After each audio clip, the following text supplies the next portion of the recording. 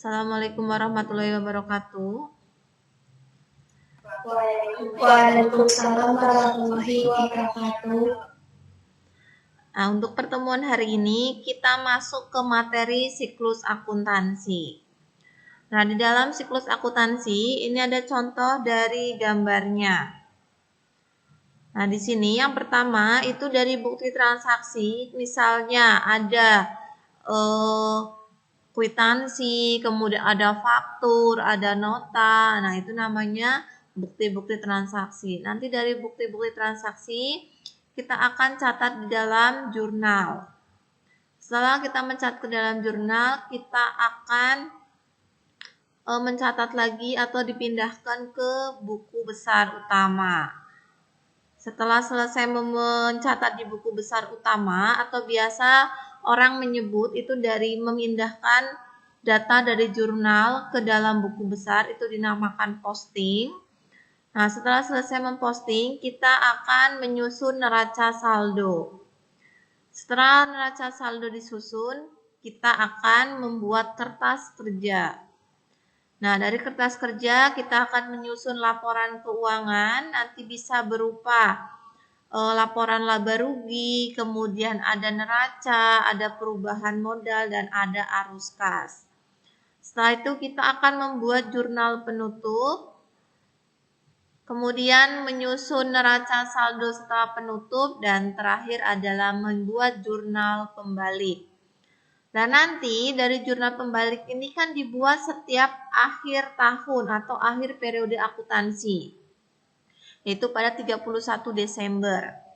Nah, nanti setelah kita menyusun jurnal pembalik di tanggal 31 Desember, maka kita akan jadikanlah sebagai bukti transaksi yang nantinya akan dicatat di dalam buku jurnal di awal periode atau 1 Januari. Ini mengenai siklus akuntansi. Nanti untuk lebih jelasnya, saya akan menjelaskan satu persatunya. Kita lihat di sini.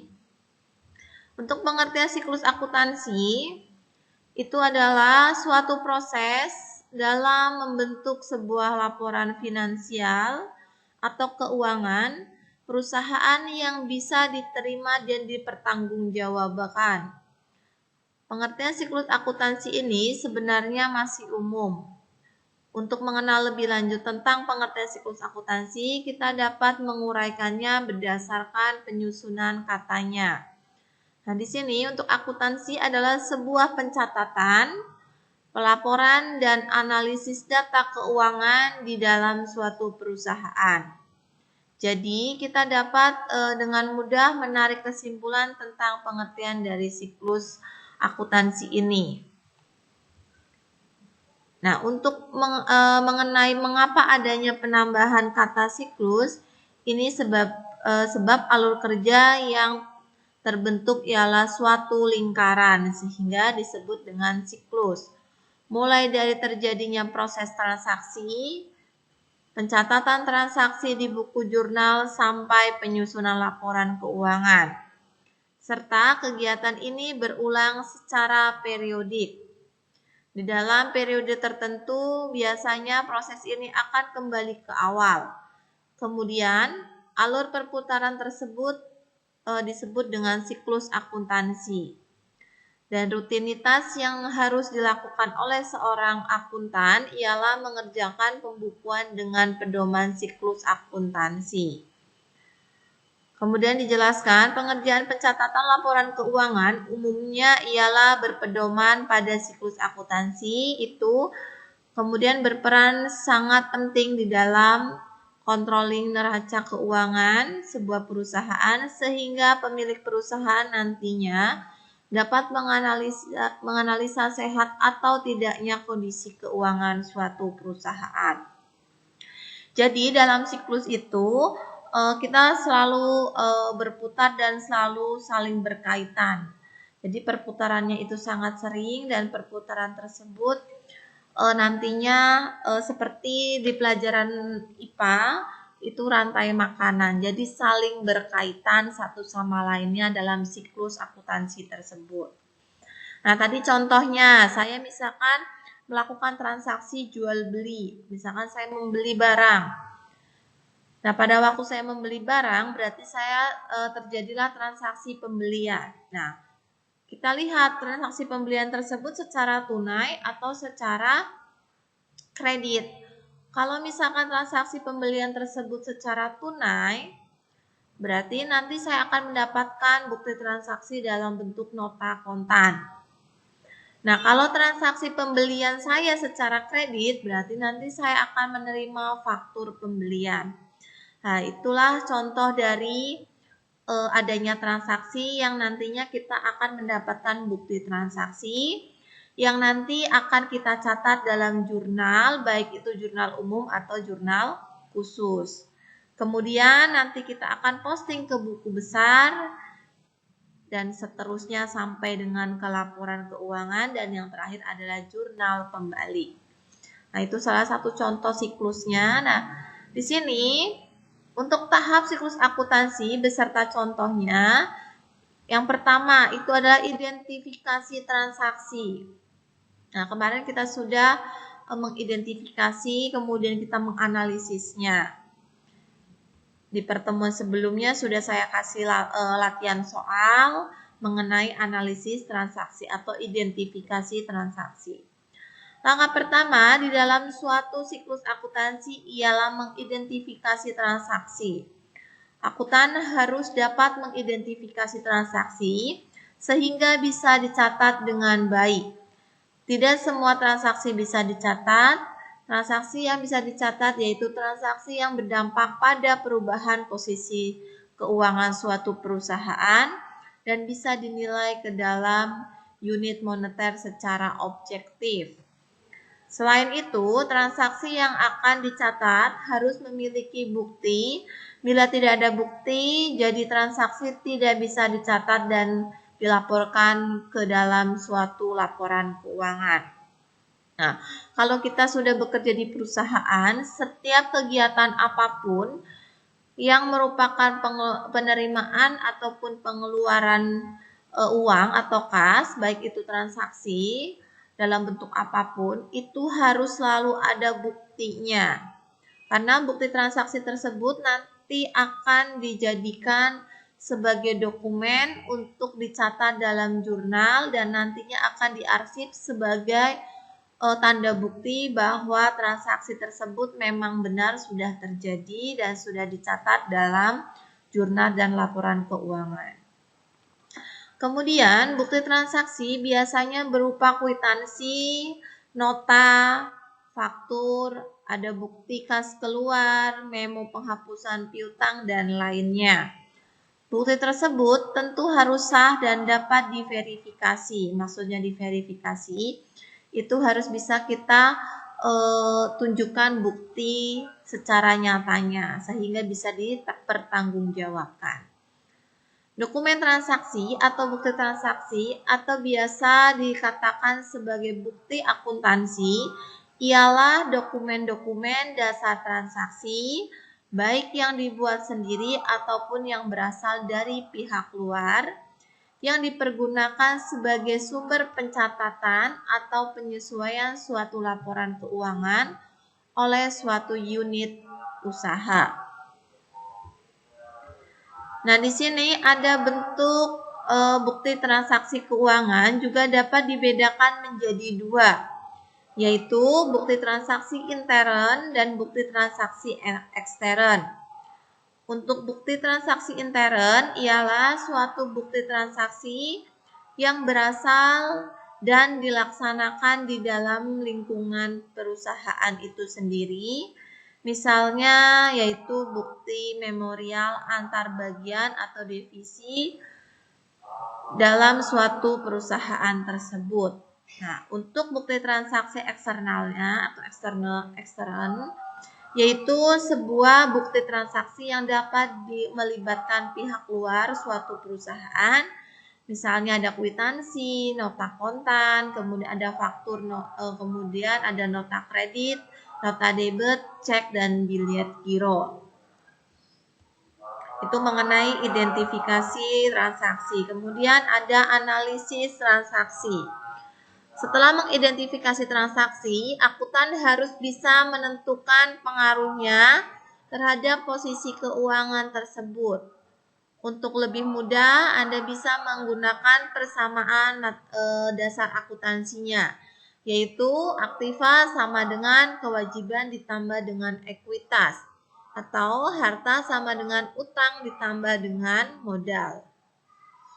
Suatu sistem pencatatan ialah double entry system, yaitu setiap transaksi yang dicatat akan berefek pada suatu posisi keuangan di debit dan di kredit dalam jumlah yang sangat sama atau besarnya sama atau nominalnya sama, sampai setiap transaksi tersebut mempengaruhi sekurang-kurangnya 2 rekening pembukuan. Nah, di sini ada contohnya untuk analisis transaksi. Contohnya itu diinvestasikan uang tunai 1.600.000 dan perlengkapan sebesar Rp500.000 dan peralatan sebesar Rp850.000. Maka analisisnya kas, yaitu masuk kelompok harta, akan bertambah sebesar Rp1.600.000. Kemudian perlengkapan masuk kelompok harta akan bertambah sebesar Rp500.000. Peralatan dalam kelompok harta akan bertambah sebesar Rp850.000 dan modal akan bertambah sebesar Rp2.950.000, yaitu angka tersebut berasal dari kas sebesar Rp1.600.000 ditambah dengan perlengkapan sebesar Rp500.000 dan ditambah dengan peralatan sebesar Rp850.000. Nah, di sini dijelaskan kas, perlengkapan, peralatan, dan modal akan bertambah sebab adanya investasi sejumlah masing-masing nominalnya.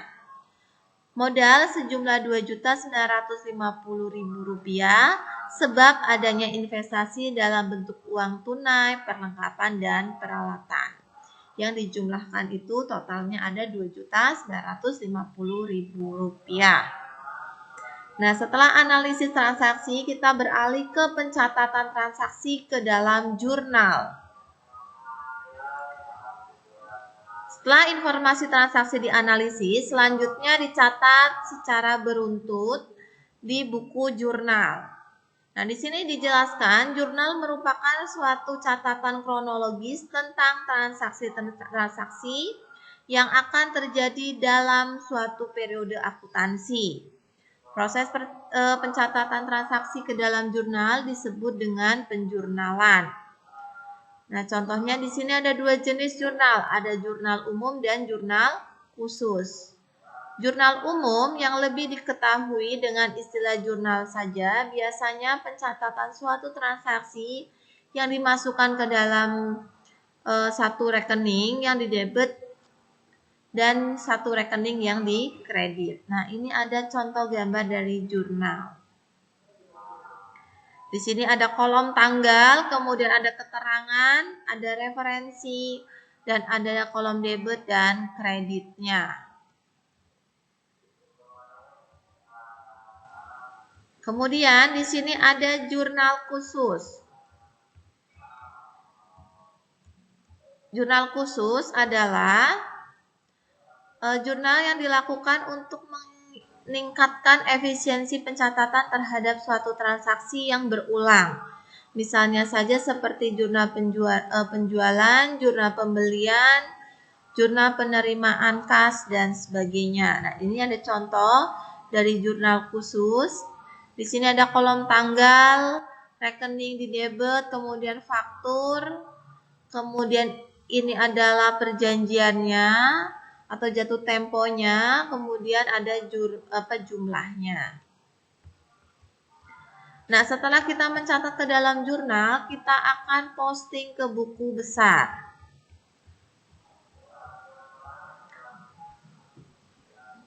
Langkah selanjutnya ialah memposting transaksi yang telah dicatat di dalam jurnal ke dalam buku besar.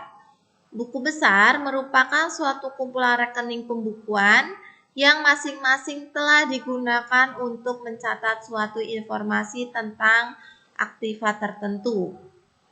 Nah, pada hakikatnya, suatu perusahaan memiliki daftar susunan rekening buku besar yang dinamakan Chart of Account. Dari masing-masing rekening tersebut, biasanya diberi nomor kode karena akan memudahkan dalam mengidentifikasi dan membuat koreferensi dengan pencatatan transaksi di dalam jurnal tersebut. Ini adalah contoh dari buku besar. Jadi, kita sudah mencatat jurnal umum tadi di awal, kemudian kita pindahkan atau posting ke buku besar. Ini adalah contoh buku besar, ada kolom tanggal, penjelasan, kemudian ref, debit, kredit, dan saldo. Dan nanti setiap buku besar itu akan diberi nama akunnya. Contohnya di sini ada kas, kemudian nomor akunnya yaitu 101. Di sini ada nama akunnya adalah modal budi, kemudian nomor akunnya 301. Nah, nanti pada waktu kita sudah memindahkan ke buku besar, kolom referensi di jurnal umum harus kita isi sesuai dengan nomor di masing-masing akun yang ada di buku besarnya. Kemudian yang kelima ada penyusunan neraca saldo. Neraca saldo merupakan suatu daftar saldo rekening buku besar pada periode tertentu saja. Cara penyusunan neraca saldo ialah sangat mudah, yaitu Anda hanya harus memindahkan saldo yang ada di buku besar ke dalam neraca saldo untuk satuan menjadi satu. Untuk disatukan menjadi satu. Nah, di sini saldo di neraca saldo harus sama jumlahnya. Bila jumlah tidak sama, antara debit dengan kreditnya tidak sama, itu dikatakan bahwa saldo tidak seimbang atau tidak sama dan masih ada kesalahan. Jadi harus dicek dari awal lagi. Bila demikian, maka seorang akuntan harus mencari kesalahan dari laporan penyusunan tersebut. Nah, di sini ada contoh dari neraca saldo. Di sini kalian bisa melihat ada kolom tanggal, ada keterangan, ada referensi, kemudian ada debit, kredit. Di kolom saldo itu ada debit dan kreditnya. Nah, di sini untuk jumlahnya harus sama sesuai dengan ini kan dari buku besar. Ini contoh buku besar harus dimasukkan, misalkan ini nama akunnya adalah piutang usaha. Jadi di sini di neraca saldo kita tulis kode akunnya, yaitu misalkan nomornya adalah 12, kita catat di sini 12. Nama akunnya adalah piutang usaha, berarti kita catat di nama rekening yaitu piutang usaha. Nah, kita lihat di saldonya. Saldo terakhir untuk piutang usaha adalah Rp3.800.000. Yang ada di kolom debit, berarti kita tulis di sini saldo debit sebesar 3.800.000 dan nanti akun-akun seterusnya kita catat seperti itu. Nah, mungkin hari ini saya menjelaskan hanya sampai dengan neraca saldo atau penyusunan neraca saldo. Nanti yang berikutnya saya sambung di pertemuan di jam berikutnya. Mungkin ini saja yang bisa saya sampaikan. Nanti silahkan dipahami. Jika nanti ada yang kurang jelas, silahkan ditanyakan di sesi tanya jawab. Terima kasih untuk waktunya dan wassalamualaikum warahmatullahi wabarakatuh. Waalaikumsalam warahmatullahi wabarakatuh.